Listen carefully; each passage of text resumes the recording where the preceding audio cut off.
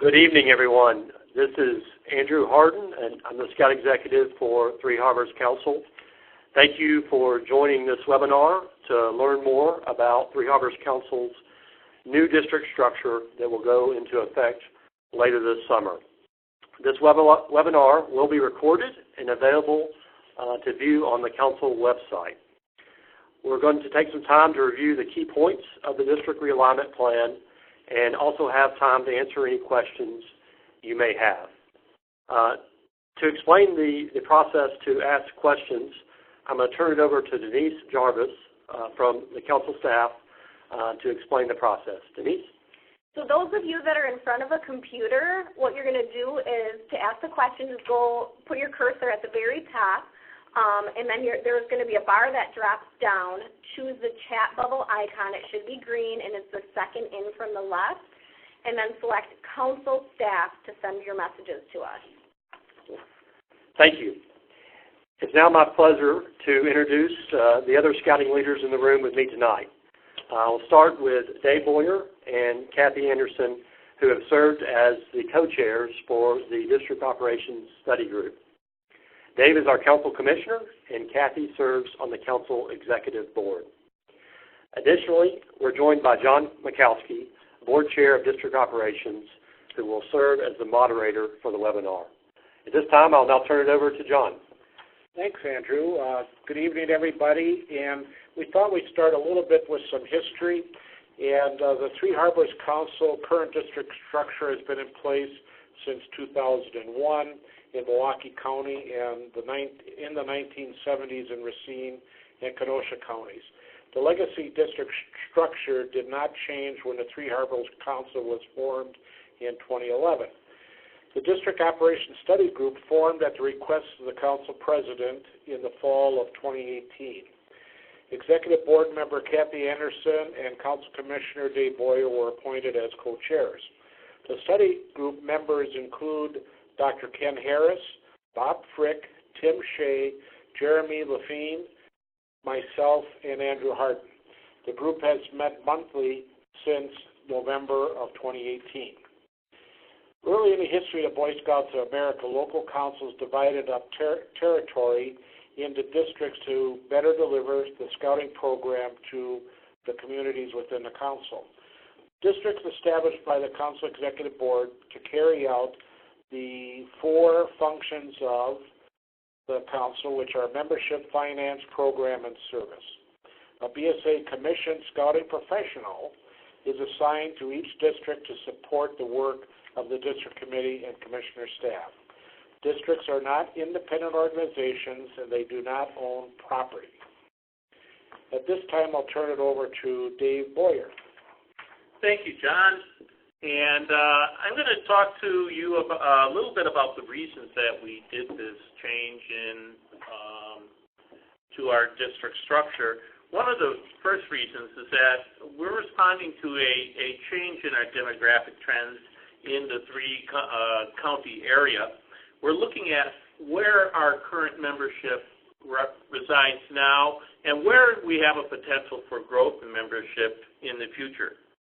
We're also looking to strengthen our outreach programs such as ScoutReach and Learning for Life, which we'll talk about a little bit later tonight, and how we can fully staff that with our professional staff and dedicate them to serving all of our communities in all of our council. And we also want to create a new staffing model to increase retention and provide a career growth ladder for the professional staff and facilitate a more team approach that fits better with today's workforce. To assist with our realignment process, our study group used membership mapping that was provided by the National BSA organization, as well as data from our local membership and looking at best practices from other councils in the central region. So on this next slide, you can see a map pinpointing the addresses of each Scout member in our Three Harbors Council. So each one of those red dots is where a particular Scout family resides. Now, this second slide shows the 2018 year-end traditional youth membership totals by the old districts. And note that 6 of those 8 current districts have less than 1,000 youth members in the traditional program. Okay. Nationally, most councils have districts that are in the range of 2,000 youth members per district. So with that, knowing where our youth members are and trying to get a little bit closer to national norms, we consolidated the number of districts in our council from 8 to 4. We have formed a northern district from the merging of Polaris, Heart of Milwaukee, and Iron Horse districts, the creation of a central district formed by merging Root River and South Shore districts, a southern district formed by the merging of Lighthouse, Fox River, and Gateway district, and then finally a ScoutReach district that is formed to serve all units involving ScoutReach across all 3 counties. So district volunteers at the sometime later in this year will now have the opportunity to select new names for each district. Yes, and coming in the fall of 2019. So these 4 names, Northern, Central, Southern, and ScoutReach, are just placeholders. Our membership will now decide the new name of these districts. So again, I was saying that these districts were created to create larger districts that are more in line with the BSA average of about 2,000 youth members per district. So if we take a look at our new districts here, these are the current youth members in each of these new districts, coming much closer to our current standards across the country in other BSA councils. Okay, so with that, I will now pass the torch off to Kathy, who will talk about the impact of this new district structure on what we do here in Three Harbors Council. Kathy? Thanks, Dave. So the impact of the new structure is that by consolidating from 8 to 4 districts, we paved the way for greater volunteer depth and increased staff support. By having larger district committees and commissioner staffs in each new district, we can also have stronger district programs because we'll have increased scout and volunteer participation.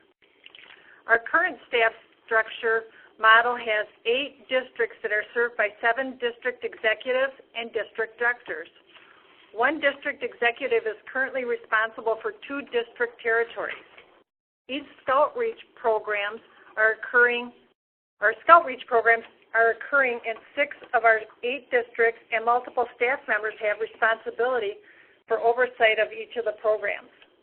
With the new staffing model, we're going to be creating new districts where the Northern District will have 2 district executives, the Central District will have 1 district director, the Southern District will have 2 district executives, and the ScoutReach District will have 1 district director and 1 program specialist. With having less districts, it allows for a team approach which fits better with today's workforce. The goal is to improve staff retention and provide more opportunities for career growth within the Three Harbors Council.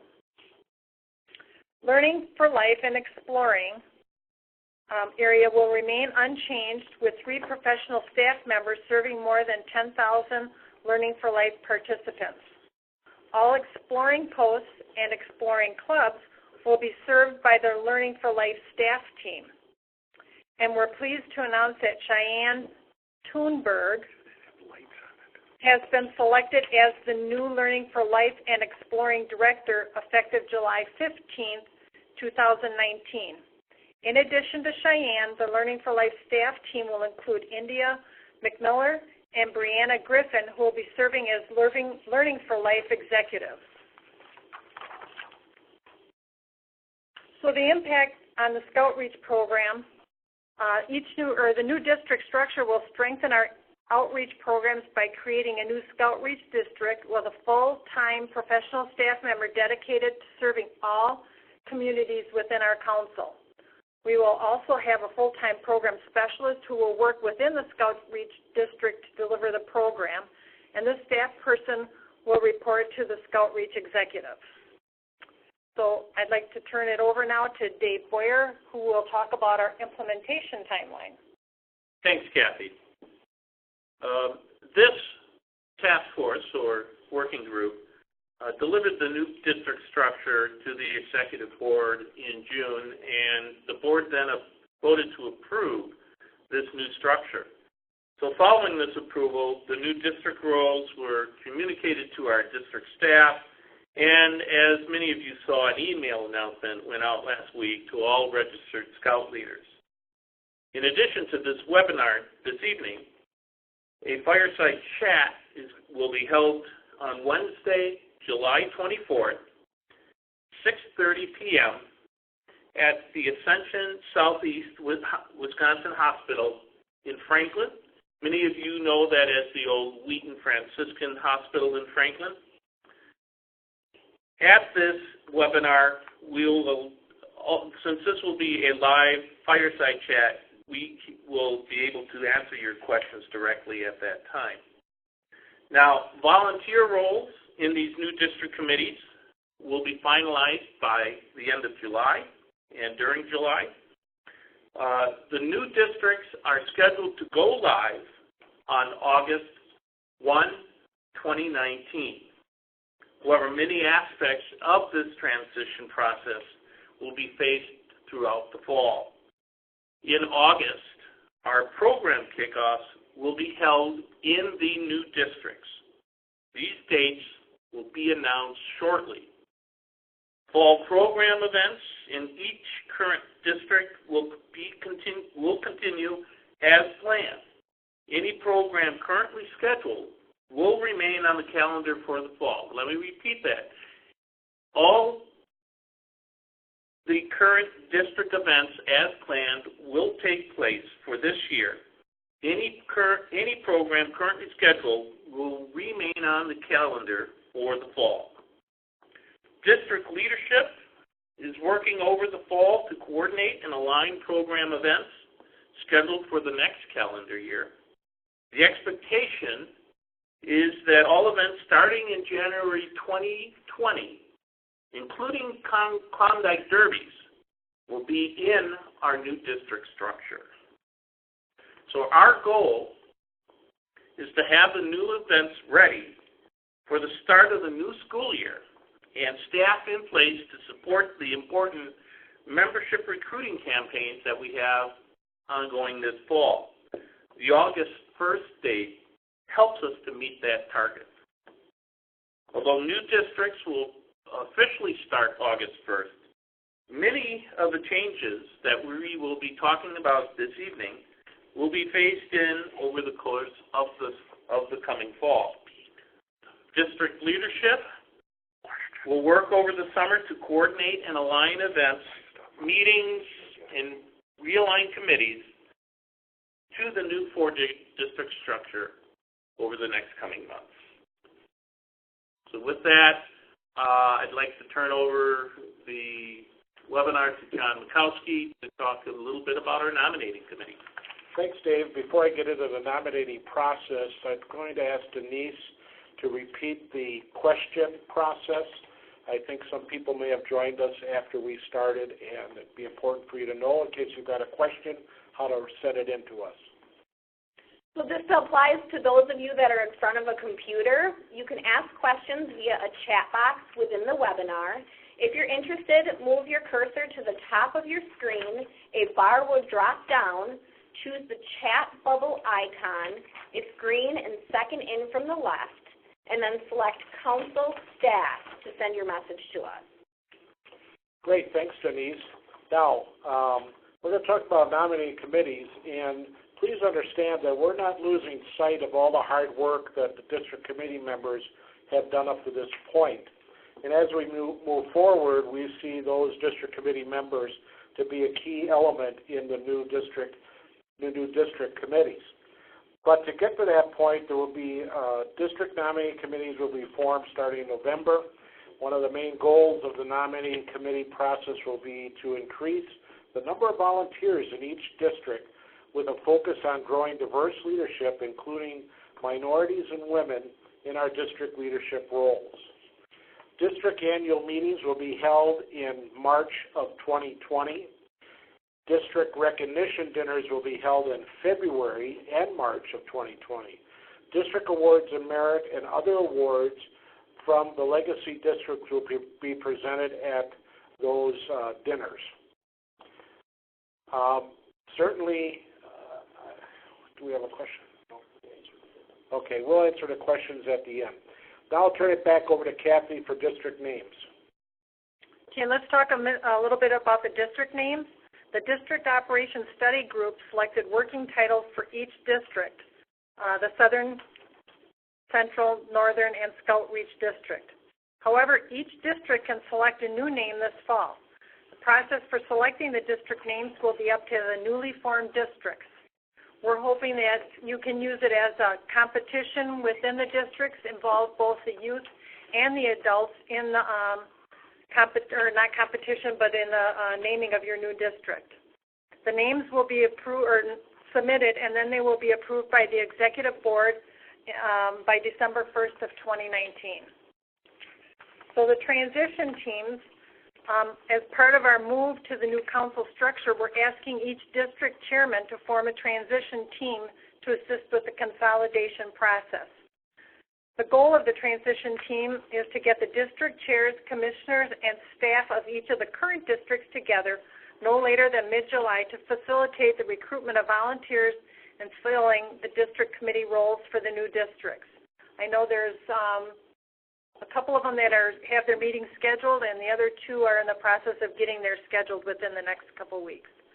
The district transition teams are forming, and hopefully you'll know more what's going on in the upcoming weeks. I'm going to let John talk more about the new district key threes and who those are. Thanks, Kathy. This is an exciting time for our council, and I'm pleased to announce the following volunteers and staff members have agreed to serve as the key three leadership in our new district structure. For the Northern District, the chairman is Barry Waddell, commissioner is John Ballow, and the professional staff is Larry Danner, Senior District Executive, and Owen Myers, District Executive. In the Central District, the chairman is Mike Pierce, commissioner is Ryan Spellacy, and executive staff is Nathan Rackles, District Director. Southern District, the chairman is Andrew Dodge, the commissioner is Tim Vaccaro, and the executive staff is Mary Caverton. Sorry, Mary. District Executive is John Shalensky. Yes. I'm sorry. Mary and John are both district executives in the Southern District. The ScoutReach District, the chairman and commissioner are yet to be announced, and the executive staff, however, will be Carnell Towns as district executive, and a program specialist will be Reed Warsall, working in the ScoutReach District. Now, let's go on to questions. I want to thank Kathy and Dave for their leadership of this district operations study. There's been a lot of hard work gone into it, and certainly all of the members of the committee under Dave and Kathy's leadership have put a lot of time and effort into coming up with the new structure. We have one question that I'd like to answer, and that question is, no new programs or events until next year. Well, we think that most of the programs that were already on the calendar will happen before the end of the year. I would say under the new structure, and all the districts will be meeting shortly, I would start thinking about new events to propose for the calendar for starting in 2020. Don't take this as we're putting an end to programs or events. Business will carry on as always, and start thinking about it within your new district structure. Even reach out to people that you know that are interested to help and start that process and bring that to the first district committee meeting on a new structure. John, more importantly, I think that any programs that have already been scheduled for the fall will still continue. And so that's also the important part. We have not canceled any of the currently scheduled events. Absolutely correct. Thank you. There is an FAQ sheet that has been set up to answer many questions. This information can be found on the Three Harbors website, which is www.threeharborscouting.org/new district FAQ. I would suggest that you look at that frequently because as questions come in, we may be adding FAQs to that website. If you have questions that have not been answered, they can be emailed to scouting@threeharborscouncil.org. So if you have questions that haven't been answered tonight or you think of something after tonight, please feel free to send them in to scouting@threeharborscouting.org and we will respond. You're also invited to join us for an in-person fireside chat on Wednesday, July 24th at 6:30 p.m. at Ascension Southeast Wisconsin Hospital in Franklin. And as Dave said earlier, that is the former Wheaton Franciscan Hospital. So if you're familiar with that, it's the same location. And when you get there, there'll be signs directing you to the room that we'll be using. If we have any more questions, it doesn't look like we have any more questions coming in. I'll just want to go around the table and see if anybody has anything else to add. Kathy, would you need to add anything at this point? Dave? Yes, John, I do have a question, and I'd like to address this to Andrew, and I think some people may be interested too, is when do you think that we will have our website adjusted to reflect the 3-district structure rather than our 8-district structure? I think we can take that live on August 1st to have it show the new 4 districts that are forming for our council. So that is something that people can look forward to on August 1st when they see the website. Great. Thank you, Andrew. All right, Dave. Andrew, do you have anything else to add? Nothing else. Thank you to everyone in the room for participating and everyone who's joined the webinar. All right, and I appreciate everybody's time tonight. And send those questions in. If you have them, we'll be happy to answer them as quickly as we can. Another question. Well, we just got a late question. Go ahead, Andrew. Can you read it? Yeah, the question is, will there be any new Scout, returning Scout weekends at camps to participate in the future? I think that's a good question that we probably need to defer to the camping committee. Fair enough. And we will send that to them. Great question. Anybody else have a question? Otherwise, again, thank you for your time this evening, and we look forward to seeing you on the scouting trail in the future. Good night. Thank you.